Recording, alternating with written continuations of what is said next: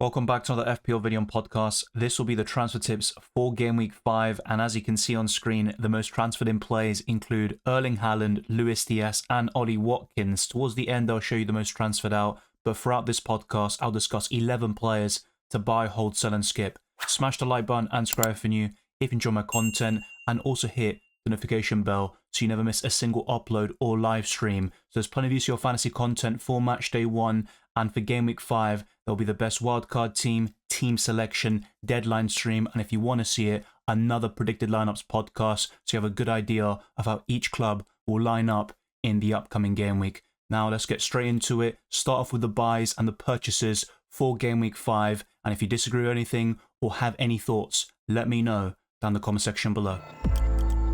The first player I'll recommend this week is Dominic Calvert-Lewin. I was asked about him heading into Game Week 4, but with that Aston Villa away fixture, I did suggest to people to hold off for another week, but he delivered another attacking return, and that's 2 goals and 1 assist for the season, 4 big chances, and 22 FPL points, which is the same as Watkins, and Calvert-Lewin only cost 5.9 million, and with those fixtures up until Game Week 14 in early December, I think he's the best Everton attacker. He's on penalties, and one of the best assets around 6 million and below, especially in the forward position. He's a massive differential with 2.5% ownership. This will only rise. The only concern you'll have with Calvert-Lewin is can he stay fit, because his injury record is quite terrible. Other underlying numbers include 6 shots overall, only 2 on target, which isn't great. The XG is 1.17, 1 big chance created, and 1 key pass. So the underlying numbers aren't that special. I think 4 big chances is very impressive for a 5.9 million forward, but the rest is very average at best. But I think with the fixtures coming up for Calvert-Lewin, and despite Everton playing so poorly,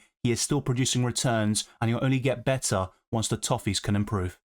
I've highlighted Ollie Watkins in previous Transfer Tips podcast this season as a hold, and with the next few fixtures, I think he is a purchase. He finally got his first few goals of the season in Game Week 4, a brace against Everton, and he got an assist back in Game Week 3 against Leicester. So 2 goals, 1 assist, and 22 FPL points, identical to Calvert-Lewin. But 8 big chances is a phenomenal stat, and the other underlying numbers are also very impressive. He costs 8.9 million, soon to be 9 in my opinion. I think you'll have a price rise at some point this week. His ownership is 24.1%, and I could really see him hauling in Game Weeks 5 and 6. Afterwards, there could be the odd frustration, and one key concern you'd have with Ollie Watkins is sharing minutes with Duran, and with the Champions League coming into play, I don't think Watkins is a guaranteed 90-minute man like he was last season, but in terms of forwards, especially if you're looking to replace Isak, I think Watkins is one of the best in the business.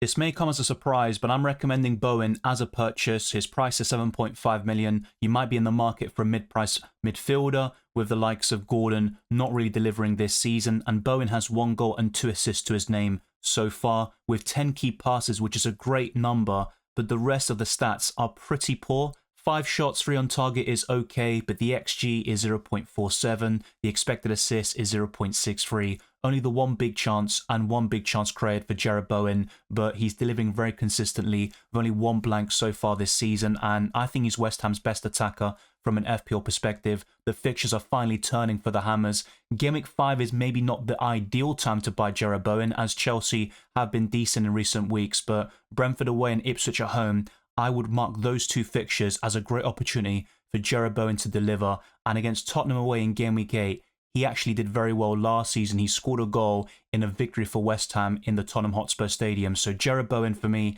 is a buy, and he's one of the best mid-price midfielders in the game.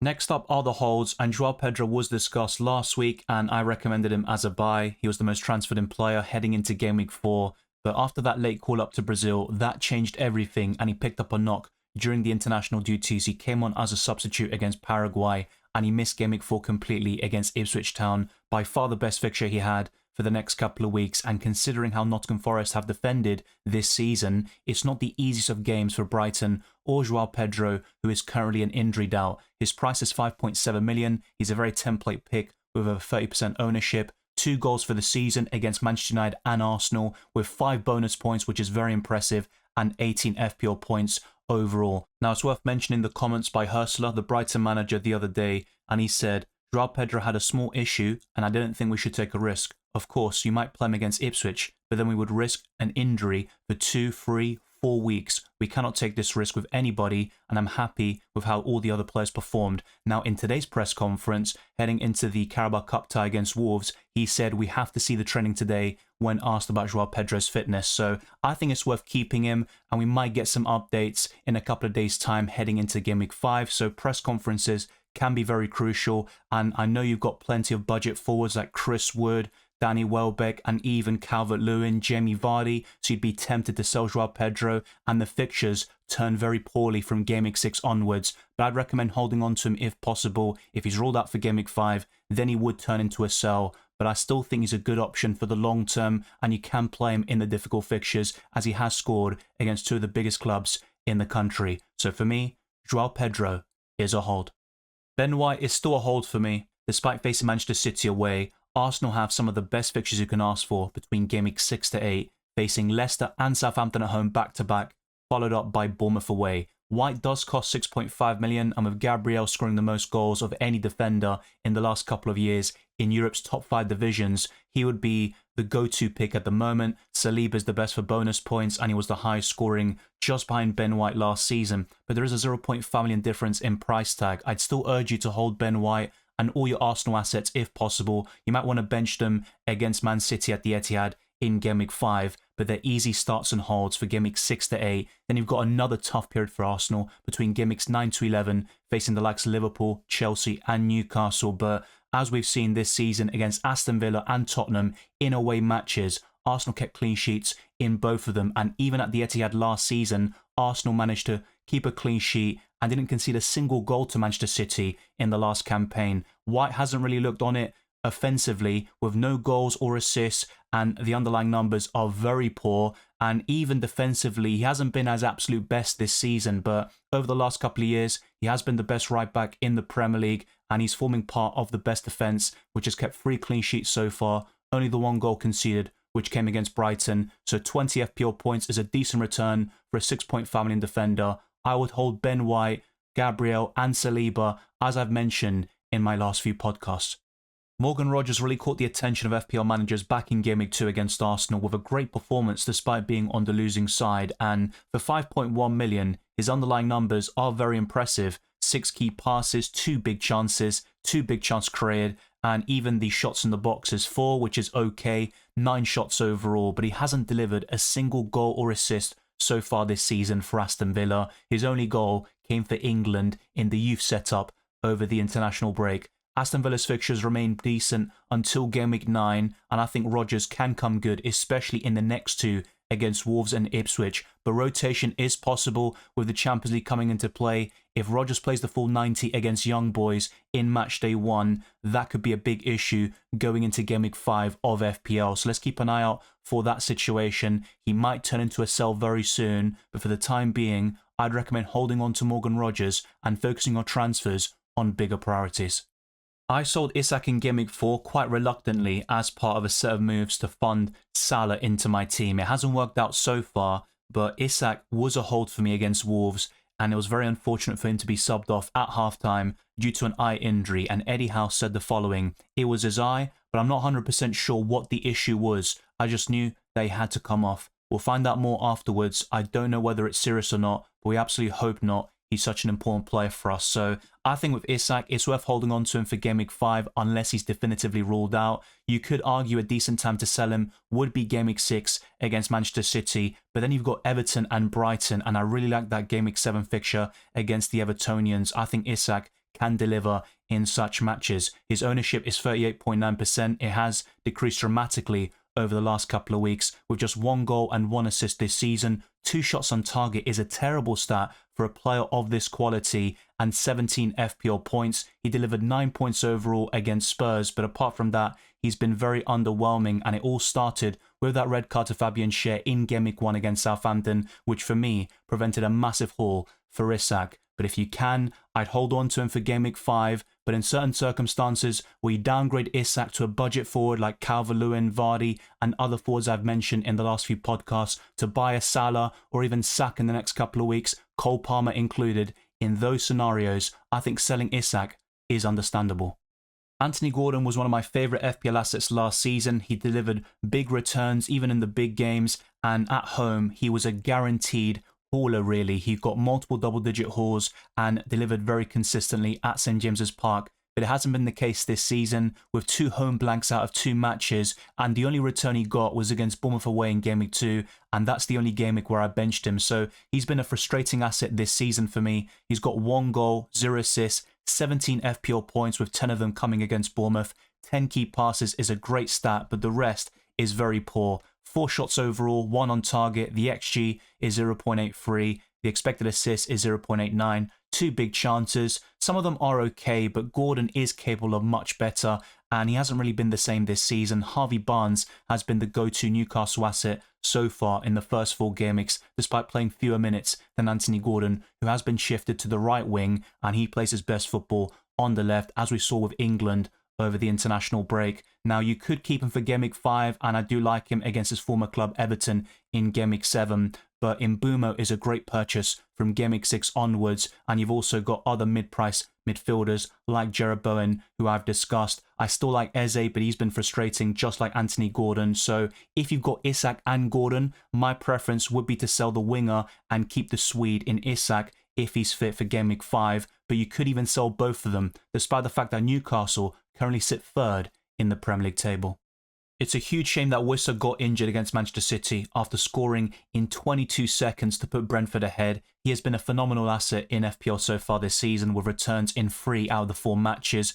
28 FPL points overall is very impressive. 7 bonus points, 3 goals and 1 assist, very low ownership, and he was almost locked in for many Game Week 6 wildcard teams, and I think it just made complete sense to do that. But unfortunately, he is out for the next couple of months, and the latest update was provided by Brentford and Thomas Frank, and he said, Wissa is not good news. It looks like an injury that will be a couple of months. It's very frustrating. It will leave a hole, but I'll find a solution and other players will step up. So I think after this bit of news, it's very important to see how Mbeumo does against Tottenham away. For those that have Mbeumo, definitely keep him, of course. But for those that wanted to go for 2 or 3 Brentford assets, Mbeumo included, it's probably worth evaluating that game against Tottenham and then reassessing going into Game Week 6 whether you wildcard or not. So unfortunately, Wissa is a sell. He was going to be a purchase, a top recommendation on this channel in the Game Week 6 Transfer Tips video on podcast. And against Tottenham away, I think Wissa and Mbeumo could have delivered very big returns in that stadium. We're now onto the skip section, and for me, Robert Sanchez does fit this category. He got 15 points against Bournemouth after making a crucial penalty save and getting the clean sheet in that 1-0 win over the Cherries. His ownership is only 5.1%. The next 3 fixtures are very highly rated by the FDR, but I don't see Chelsea keeping that many clean sheets. In fact, if I had to make a bold prediction, I think they keep 1 clean sheet at the very max in the next 4 game weeks, and I don't really trust them defensively. Now, Sanchez is a decent 4.5 million goalkeeper, but Chelsea's fixtures turn very soon from Game Week 8 onwards, and I'd rather go for Verbruggen, who also has tough fixtures, but I think he could be the best 4.5 million goalkeeper in the game, not to mention Fleckin, and you've also got Muric, who is decent at 4.4, not to mention David Raya, who is the best goalkeeper in FPL so far this season. So Robert Sanchez did very well in Game Week 4, but I think will be very inconsistent this season with a lot of blanks and not enough clean sheets. So I would skip Robert Sanchez and all Chelsea defenders.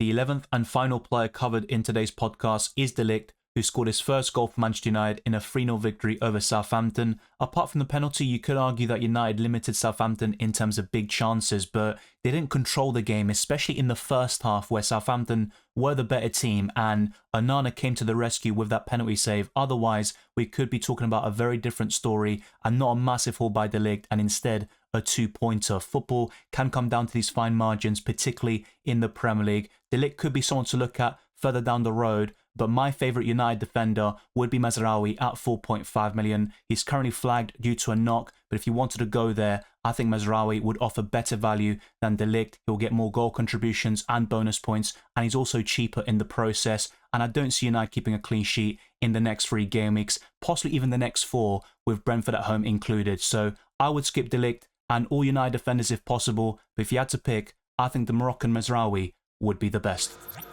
That wraps up the transfer tips for Game Week 5. Let me know your thoughts down in the comment section below as always. On screen you can see the most transferred out, and Isak has been sold by almost 300,000 managers and we're only on the Tuesday. My advice as always is to not make early transfers if you can help it. I did it last week because I was going to be priced out, so I can understand why some of you want to pull the trigger early, but try not to if you can afford to, because I think information is so important, and with all the Champions League and Carabao Cup ties happening this week, I think injuries can happen. We saw what was the case with João Pedro heading into Game Week 4, and you want to avoid those scenarios if possible. Thank you very much for watching this video and listening to this podcast. If you enjoyed it or found it useful, then be sure to smash the like button and subscribe for new. Let's try to get this to 300 likes and let's keep on pushing towards 35 subscribers and beyond.